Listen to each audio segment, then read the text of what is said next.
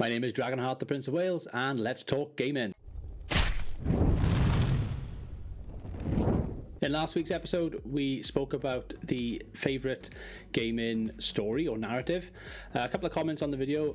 One of them was The Witcher 3, and I gotta say, I agree with that. That was one of my favourite gaming narratives ever.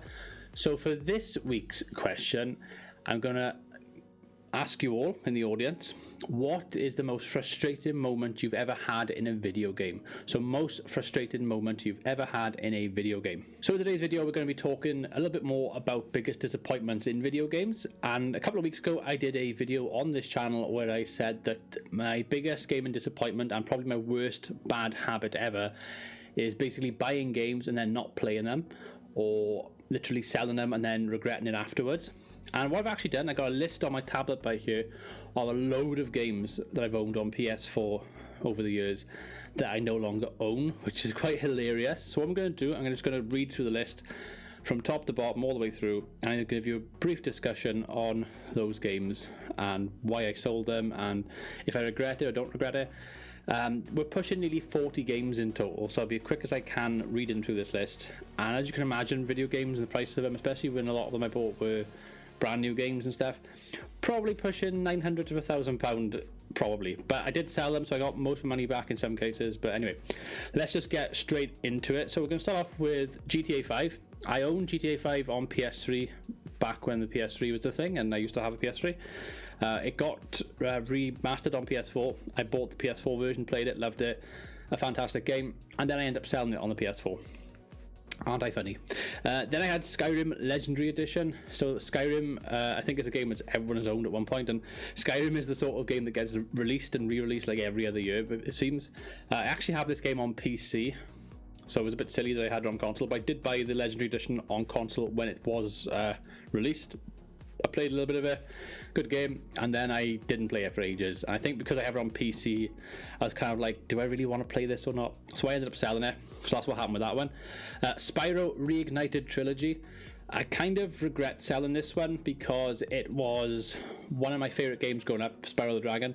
But because I used an emulator and I streamed the first Spyro game, and it wasn't too long after I finished streaming that the Reignited Trilogy was made and released and everything. So I think I felt a bit kind of burnt out. I had it as a Christmas present from my parents. I played a little bit of it, it was good.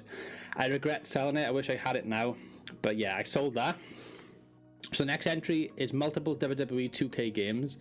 I think I own 2 in total. I think it was 16 and 19. Multi-year franchise games, they sort of lose their value every year. It's the same as sports games, which we'll get to in a sec. But yeah, you know, after a year, once that roster is gone and people are moving about and transferring and stuff, the games kind of lose a lot of longevity, and they certainly after Christmas, the game values just drop. And that's kind of what happened with WWE. Next up, we have Assassin's Creed Rogue. I bought this with the intention of playing it. I never played it. I kept it sealed. I had it on my shelf for a few months, or a few years actually, I think it was. And then I realised, and this ties into all the Assassin's Creed games I've had, I decided to sell them all that I had on console, apart from the Ezio collection, because I intended to stream them on PC and stuff. I own a couple of them on PC anyway, so that's kind of what happened there. So I sold Assassin's Creed Rogue. I sold Assassin's Creed Syndicate. I used to have I actually had the game special edition box for it. I have Jacob Fry's statue up there on the shelf, which came with it. And I had like the soundtrack and stuff as well. I sold the game. I think I preferred the DLC to the main game, if I'm being totally honest. The Jack the Ripper DLC was really good. Assassin's Creed Origins, a game which I didn't really give a chance, to be honest with you, but I have the gold edition on PC, so it's no big deal that I sold it. Assassin's Creed Odyssey, which in itself as its own standalone game is really good. As an Assassin's Creed game, it's a bit iffy, it's a bit suspect, if I'm being honest with you. Probably a 6 out of 10 Assassin's Creed game, but maybe a good solid 8.5 out of 10 for just its own kind of game, if you get what I mean. Didn't mind it though. I quite like the atmosphere, the music. Some of the quests are quite quirky and funny, so I'd say that about it. It's a lot better than the next game, which is Assassin's Creed Valhalla. I pre-ordered this, had it on release day, I streamed it, and if you go back and watch that first stream, and a couple of people watching this video probably they remember some of the comments I made where I was like, this game is a bit off. This voice acting seems weak. This seems a bit weird. And I felt like that, you know, for hours and hours on end. I played probably half the game, and then I got bored of it. It just felt like such a chore to play the game. It really fell flat on its ass, and I sold it. So moving away from Assassin's Creed, a game that I picked up for cheap, I think I got it pre-owned, is Murdered Soul Suspect. I think Jackosaurus, my friend, streamed this game, and I think he said it was pretty good. I just never got into it. I never actually played it. It's one of those games I bought for cheap because I was in the store. I was like, that looks like a good game. Picked it up, put it on my shelf, and then many months later I sold it, or many years later I sold it. So yeah, that's what happened there. These next 3 games all came as a purchase in a bulk. So basically I went to my local game store a few years back, and they had a 3 for 2 offer, and I think it was like 3 games for £40. So these are the 3 games that I got. I got Mad Max, Metal Gear Solid 5 The Phantom Pain, and God of War. I can't believe I sold all of these. I never played it. I didn't play any of them. God of War is probably the best game of the 3, and it's a game I probably will go back and buy, or I think you can get it for on the PlayStation Plus store. So I might do that if I do get PlayStation Plus and play it then, especially with Ragnarok coming out, because I've seen the trailer of that and it looks amazing. So I need to get into God of War to sort of experience that and know what's going on. Mad Max was the 3rd game in that kind of triple there, which was like, I need to pick a game to go with it in this bundle. Only certain games in the store were selected, like had the sticker on it to say they're in part of that bundle. So Metal Gear Solid 5 and God of War I wanted to get, and then Mad Max. I've never watched the Mad Max movie, so I didn't really know much about it, but I was like, just throw that in. So I sold those 3, and I do regret selling God of War out of those 3. Last of Us Part 2, I actually finished this game, so it's not a big deal that I sold it. I finished the game a few weeks after it came out, so it had a lot of value still. I had my money back, definitely, so I was like, great. I kind of regret selling it, as far as it would be nice to have it on my shelf in like my collection, from a collection standpoint, but I've played it and finished it, and it was a great game. One of the top games on the last gen, I think. It's certainly in my top 3, I would say, for PlayStation exclusive, so I'll say that. That'll be a future video on the channel, so be sure to look forward to that, guys. Next up is Star Wars Jedi Fallen Order. What a game. What an absolutely amazing game to play. A joy to behold. Star Wars games can either go like fall flat in his face or be amazing. This one was amazing.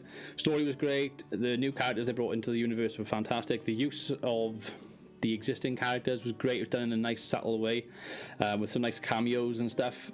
Like Saw Gerrera, for example, and obviously you get Darth Vader and things like that.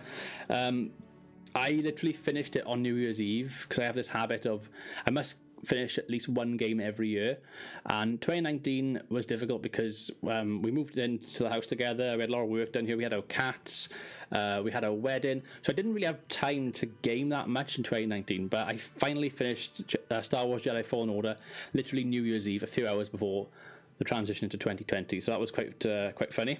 Killzone Shadowfall, I had this as, it was a launch title. I had it with my PS4 when I first had my PS4. I never played it. I kept it sealed, and as soon as I had my console, I sold it on eBay straight away. Got like 30 odd quid or something for it, and I put that then towards a game that I wanted to play, which ended up being FIFA. I think the joke's on me. After that, we have Shadow of Mordor. I wasn't really a fan of the Shadow games. I have Shadow of War on PC. Shadow of Mordor I had on console. It was alright, the story and stuff's great, but the combat and just the gameplay just didn't win me over at all. I'm one of those people that just didn't enjoy it, but we all got opinions and we all got our own, likes and dislikes and stuff, and I just didn't think much of it, to be honest though. Red Dead Redemption 2 is a fantastic game. It's such a long game, and that's why I ended up selling it, because it just went on and on and on. I think I got to like the halfway point of the game, and then I was like, oh, I don't know if I want to play this anymore. It feels kind of bad playing it. It's just like such a chore. Rockstar games are notoriously long anyway, but I had more fun with GTA 5 than I had with Red Dead 2. No Man's Sky is the next one, which I actually got on PC, and I had it quite cheap on PC. So it's no big deal, but the reason why I had it on PS4 was because I used to have the VR on PS4, and playing No Man's Sky on VR is so much fun. When you're like flying up into the sky on like a rocket and stuff, you do get a bit of motion sickness stuff. That's what I felt like when I was doing it. I was like, whoa, I'm in the sky, but my belly was like going up in the air with me. It was weird, but good fun to play with a VR headset. And the next game is also a VR game. That's Blood and Truth, which is basically you're like an SAS guy going around killing people, killing bad guys and stuff. There's a plot as well that goes along with it. It's a good game, but because I sold my VR headset, these games I couldn't play Blood and Truth anyway.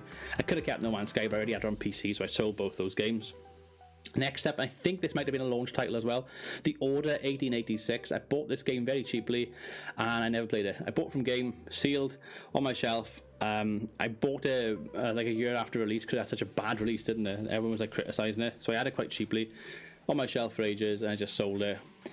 But I kind of regret it now because I think it's a game which I probably would appreciate now, and I think it's quite a short game. I think it takes like 10 to 12 hours to finish it, and it's quite an easy platinum to get as well, so I kind of regret it from that point of view, but it's no big deal, if you get what I mean.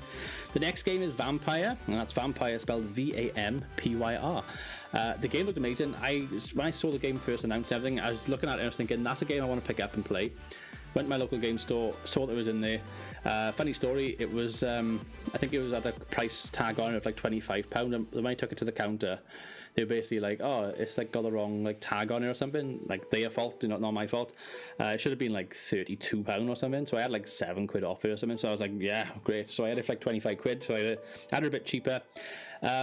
It's like set in like World War II era London, it's like, or World War I era London, like dark streets and stuff, like haunted looking hospitals, and you're this vampire, and obviously you're going around feasting on people and killing people, and there's like melee combat and this and that and whatever, and you've got like the whole good versus evil thing, all the usual tropes you get with like vampire stuff. It's just the story got quite boring after a few hours, and the graphics looked very, very last gen. Looked like a PS2 game, if I'm being honest with you. The voice acting was a bit poor at times, and I just got really bored of the game and I sold it. I think I expected more from it, and it just didn't deliver for me personally. The next game is Fallout 4. I actually have this on PC. I bought it for cheaply from my game. I played it on PlayStation for a while, and then I was kind of like selling some games, trying to make some money for myself, and it's like, why have I got this? I got this on PC. So I bought it and then I sold it. So yeah, I'm an idiot, I know. The next couple of entries, multiple FIFA games and multiple PES games. So I think I've owned 3 FIFA games in total. I think it's FIFA 14, which was the first game I bought for the console, if you discount Killzone Shadowfall. I think I had FIFA 15 on it as well, and then I had FIFA 20. All of them I end up selling because, I don't care about FIFA for long term. I buy it, play it short term and whatever. And then a similar sort of thing with PES. I had a couple of PES games. I still own my copy of PES 16 because it's got a picture of Gareth Bale with his whale shirt on the front cover. So I kept that game literally for that, like a special edition of it. But the other PESs that I owned, PES 20 I owned. I had PES 14 at one stage as well. So yeah, a couple of PES games went. The next game is Final Fantasy VII Remake. This isn't my game, it's my wife's game, Panda, aka Michaela. She bought it during the pandemic. She pre-ordered it. It was delivered a week before it was supposed to arrive because of the pandemic, because they were worried basically that people weren't, orders weren't going to be satisfied and stuff, so they shipped everything early. So she had it a week before release. She played it and finished it the day before it was due to officially release, which meant that she finished the game before the day one patch was even like launched. So that was quite funny. She said it was a good game, she enjoyed it, but when she finished it, she said there was no point in her keeping it, so she asked me if I could sell it for her, which is what I did. The next game is Resident Evil 2 Remastered. I actually bought this as a Valentine's Day present for Michaela. She enjoyed it. She enjoyed the original one. This one was good as well, but I think she just got a bit bored of it. She had a different place in life back then where she didn't have time to game and stuff, and I think she just said in the end, can you just do me a favour and sell this for me? So that's what happened with that one. Next up we have Until Dawn. It's a good game. I regret selling it because if you play through the game twice, you can literally do 2 playthroughs. One is where you kill everyone or kill everyone off, and the other one is where you save everyone. I think if you do that scenario, so 2 playthroughs, you end up getting the platinum trophy, because the certain choices you make against and for different things would actually win you all the trophies. So you can do it in 2 playthroughs. I did 1 playthrough of it, so that's why I regret it. I could have played it again, and it's been a few years. I think it was like 2015 or something that game came out, so it's like 6 years ago. So it'd be, now would be a good time to play it basically, and you can play through in like a few hours. It's not a long game. Next up we have Star Wars Battlefront. This is the remake, so not the original ones from like years ago, but this is when they first came back. Star Wars Battlefront 2 I have on PC on my Origin account, but this is the one before it, which came out in like 2014 or 15 or something. I played a few games. It was alright. Mainly I played multiplayer with Kahuli when he was playing and streaming this game on YouTube a few years back. That's the only time I really played it, to be honest with you. But yeah, once the new one came out, I just didn't see any reason why I had it. I wasn't playing anymore, so I sold it, got a bit of money for it. Next up, we have Kingdom Hearts 3 and Valkyria Chronicles 2. Both those games are Panda's games. I think they're games that she played, finished, she enjoyed, and then again, she sort of said to me, can you do me a favor? Can you sell these games for me? And this is what I did. And the final entry that we have on this list is Watch Dogs. This is a game that came out not long after the console launched. I want to say 2014 it came out. I played it. I actually enjoyed Watch Dogs, the first one. I got the second one on PC. I just haven't played it yet. But the first one was really good. I quite enjoyed the story, the concept, the whole like gadgets and stuff, and making cars crash and hacking into phones and security cameras. That all sounded really good. Yeah, quite enjoyed the game. It's definitely worth a playthrough, I think, in my opinion. It's not like the best game ever, I think, but it's a good little play if you want to, get a good game. And you can probably get it quite cheaply now as well. But once I finished it, I sold it. So yeah, they're all the games that I've recounted that I have sold. We're pushing probably 40 games. I got 32 entries, but then when you take into account the multiple games, I think it works out about 39, 40 games, something like that. A lot of money's worth of games, a lot of big titles. You've got GTA 5, you've got God of War, Last of Us Part 2, Star Wars Jedi Fallen Order, Red Dead Redemption 2. These are all big games, big games that most people, if you asked them from the last generation of consoles, what's your top 3 or top 5 games? Most of those games are going to be on most people's lists. So quite shocking. It's my biggest gaming regret, and it's mainly because I'm at an age now, I'm 30 years old. Me and my wife are looking to have children one day and start a family and everything. And I'm thinking more along the lines of like legacy and stuff. And when your kids grow up and sort of saying to them, oh, this is the console I used to have and these are all the games I had for it. I don't feel like I have much to show with like the last gen and stuff because I got rid of so much. And that's like my biggest regret. But yeah, that's my list. These are all the games that I have once owned on PS4 and then sold. Anyway, guys, look forward to seeing you in the next episode. I've been Dragonheart. Bye for now.